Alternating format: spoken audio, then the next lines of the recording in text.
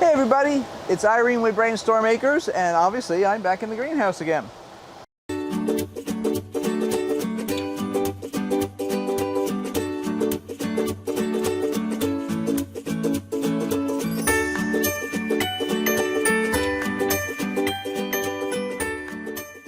These are Tasty Jade. Now Tasty Jade is sold by Johnny's Select Seeds. I believe it is a Johnny's exclusive. I could be wrong on that. But they produce a long, thin cucumber, about that big. You can harvest them anywhere in there. But even if you would miss one and let it set a little longer, it's not going to get seedy and nasty and tough. We actually had someone taking care of our greenhouse last year who totally screwed up on what the cucumbers were. They thought they were squash and they were supposed to let them do something different. Anyway, when I came home, there were cucumbers on there that had been on there for a very long time. And you don't want to do that because it will slow down the production of your plant. But I think I threw away maybe one cucumber out of all of them. They weren't seedy. The skins got a little tiny bit tougher on the really old ones.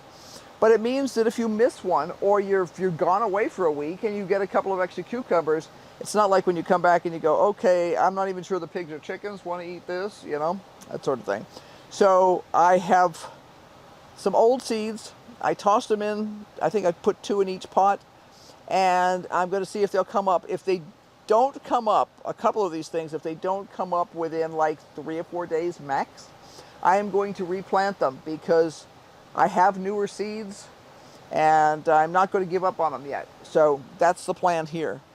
Other than that, it is time to change out some of the tubing on the irrigation. Henry was able to go to a big box store and pick up some new tubing for me. This batch of tubing, for whatever reason, it's a different plastic. I am a little concerned about the new tubing too because it seems stiffer to me than usual. Usually this stuff is pretty wimpy, but as long as it softens up, the black tubing has never softened up. Usually when you put this stuff in a heated environment, it softens up pretty quickly and relaxes, and that's what I need. These things are still like metal springs. They're really problematic, and they're actually not conforming well enough to the equipment to work. Like I can see that this one, from the little jerk that the machine makes at the beginning of the cycle, has come apart again. So I am going to change these out. There's one thing there that didn't get watered this morning. It's okay, I'll fix that. But I'm going to change these out. And initially I'm just going to cut these and replace things. I have different emitters. You'll notice different colors of emitters on different things. And that is the way I control the amount of water. See, now that shouldn't have come off that easy. I just yanked that and it slid right out of there. That tells me that this just hasn't softened up right. I don't expect to be that lucky on the other ends, but I think I have enough spares that I won't need to cut these off. If I do, I can cut them with a knife later and scalp them out of there. You do have to be a little careful. You can cut your fingers because it's one of those things where you're working with something that's a little springy.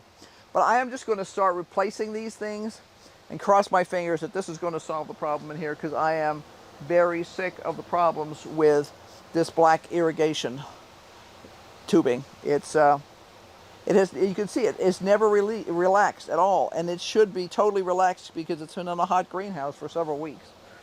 So I brought my extra fittings, and I'm going to use those to start with so I don't have to do too much cutting, and we'll see what happens. I'm going to have stuff in my pockets. Oh, I can take my water out of my pocket. Don't need that in there. I'll put that in the shade. And here we go. Cross your fingers for me. This little neon green thing is simply to make it easy for a person who's starting to unroll the roll to find the end. Otherwise, sometimes you're going, it's in here somewhere, where is it? And they simply are smart enough to put a nice little sticker on there. But I'm going to just cram this onto here. and start replacing.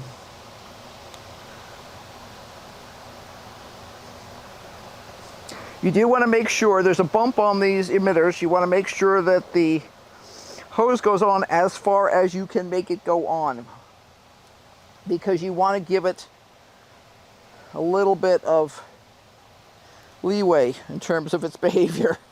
You don't want to be having it too tight. And I always try, and you'll notice that very few of these things are tight. They all have relaxation built into them, but it still has not worked quite right here. So I'm crossing my fingers that this is not some new formula that they're using for the plastics that's going to be a perpetual problem.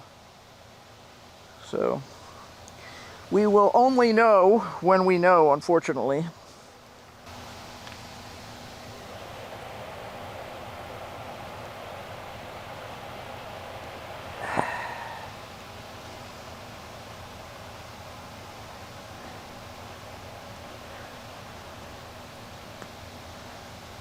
There we go. 1 down. 9 to go. This one's doing okay. It's not terrible. So I'm going to replace the ones that are critical first, that are a real problem for me. Now I'm going to show you this up close because I really want you to see the difference here. You'll notice that when I'm cramming on the emitter, this is the emitter, and there's a bump here. The tube is going to go all the way to here. Same thing on the attachment that goes into the distribution hub over there. The bump here that causes it to seal, and it's crammed as far as I can get it up there. If you don't do that, you're likely to have leaks, and that's what I have right now. And it's not because I've made them too short or too anything else. It's because the plastic tubing is not conforming correctly. So I'm cramming it out in there really well. And sticking this in the pot. I may not do all of these to start with, but I know that, for instance, that these two leaked really badly. So my goal is I've got this big puddle here on the table, and my goal is to eliminate that puddle and to get better connections to some of these pots that just were having trouble.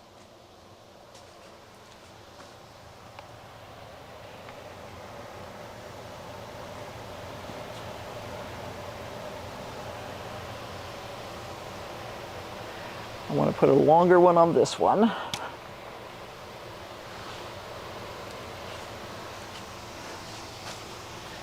And again, that shouldn't come off that easily. I want to give extra here in case I decide at some point that I'd like to be able to move the tube to the other side of the pot.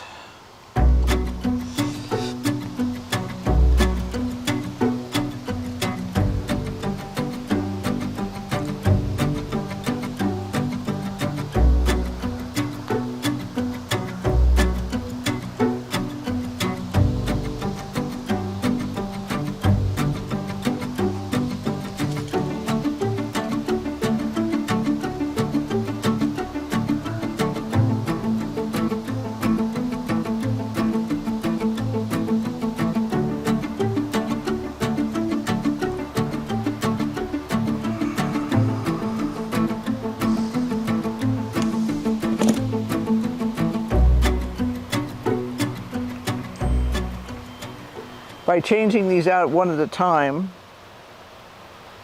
I don't lose track of where I am in terms of switching things out.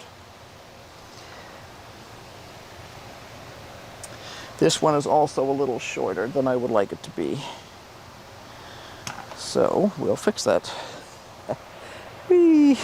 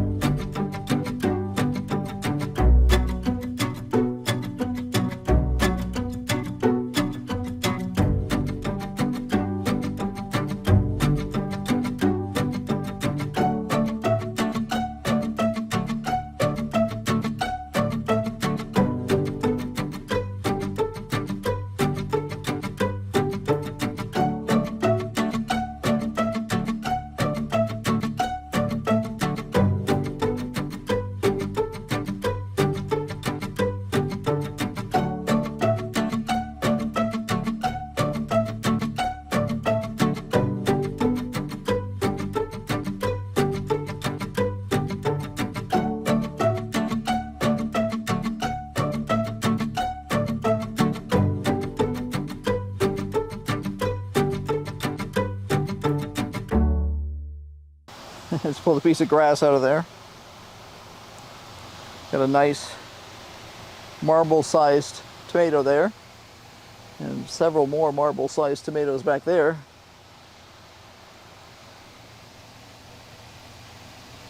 This is Amanda Orange. It's looking happy and healthy. Do need to prune some of these plants too, some of these tomatoes. But it should be the worst of the leaky spots here. Let me see how it works when I actually run it. And of course, that's the acid test, as they say, is does it still leak like a sieve? So that's section number 2.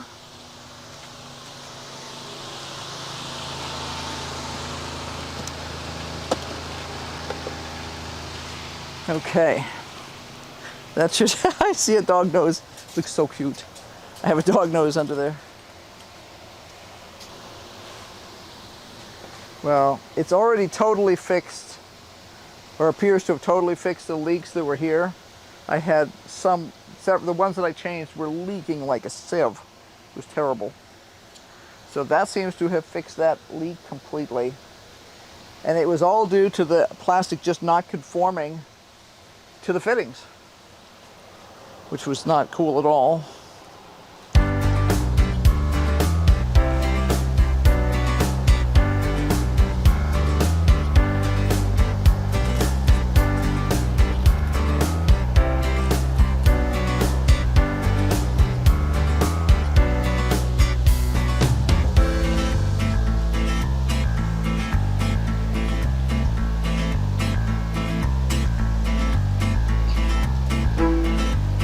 These are looking great. Bella Rosa, basil, Thai basil,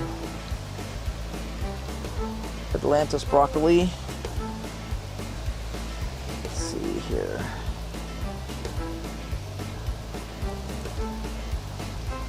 I'll take Henry. That's a Roxanne. So Roxanne radish. Its buddy is not ready yet, so that's fine. And I did plant more. Let's see, this is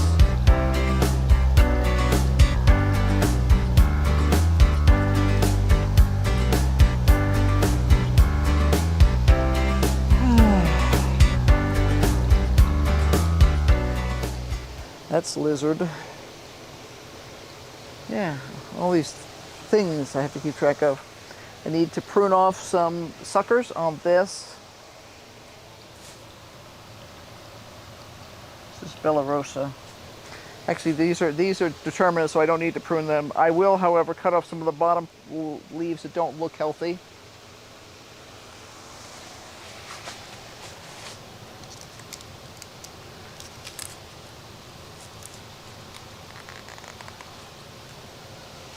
Because I don't want unhealthy leaves. That's a bad thing.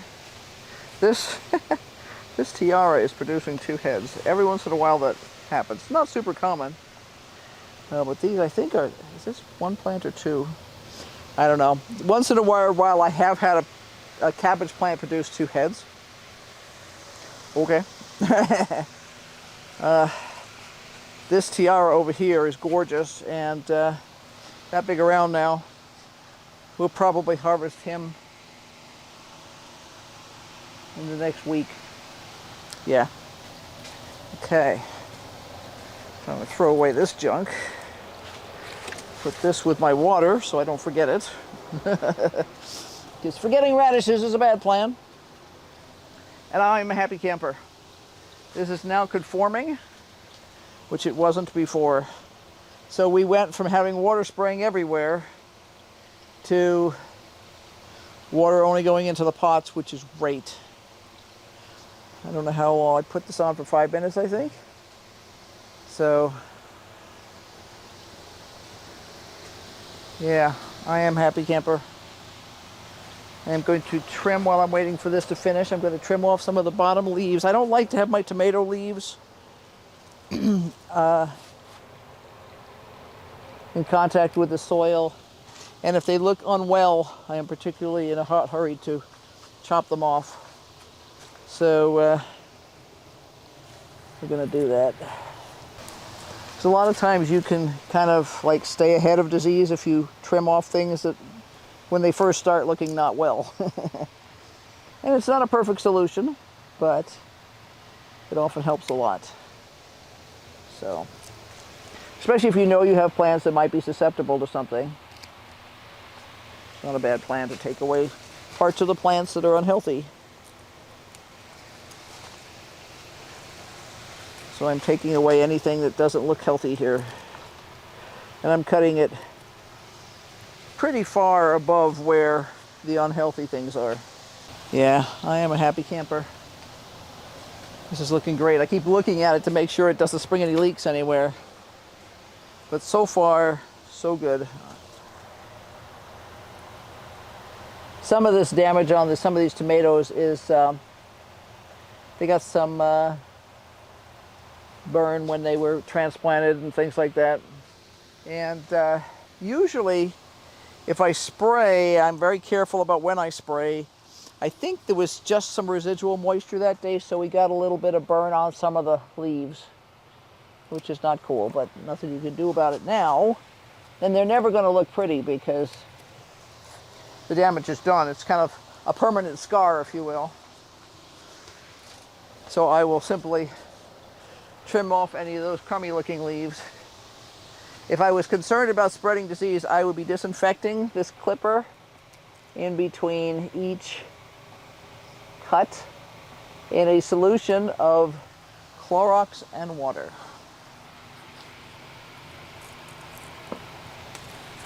Because that would kill anything basically that's on the clippers. Otherwise you can actually spread disease from one plant to another with the clippers. All right, how are we doing? How many minutes do we have left here? Well, we have something overflowing. Let's see, what's overflowing? Ah, okay, that pot is just overflowing because it's got too much water in it. I can live with that. What I didn't like was the constant spraying of water in here. I have one drop, literally one drop that's going to fall at some point off this one connector. I can live with that. Assuming it puts out one drop every 5 minutes, that means in the 20 minutes that they run, it will give out, you know, not very much. So I'm good with that. I'm good with that. The big spraying mess over here is now taken care of. No spraying messes, that's what I don't want.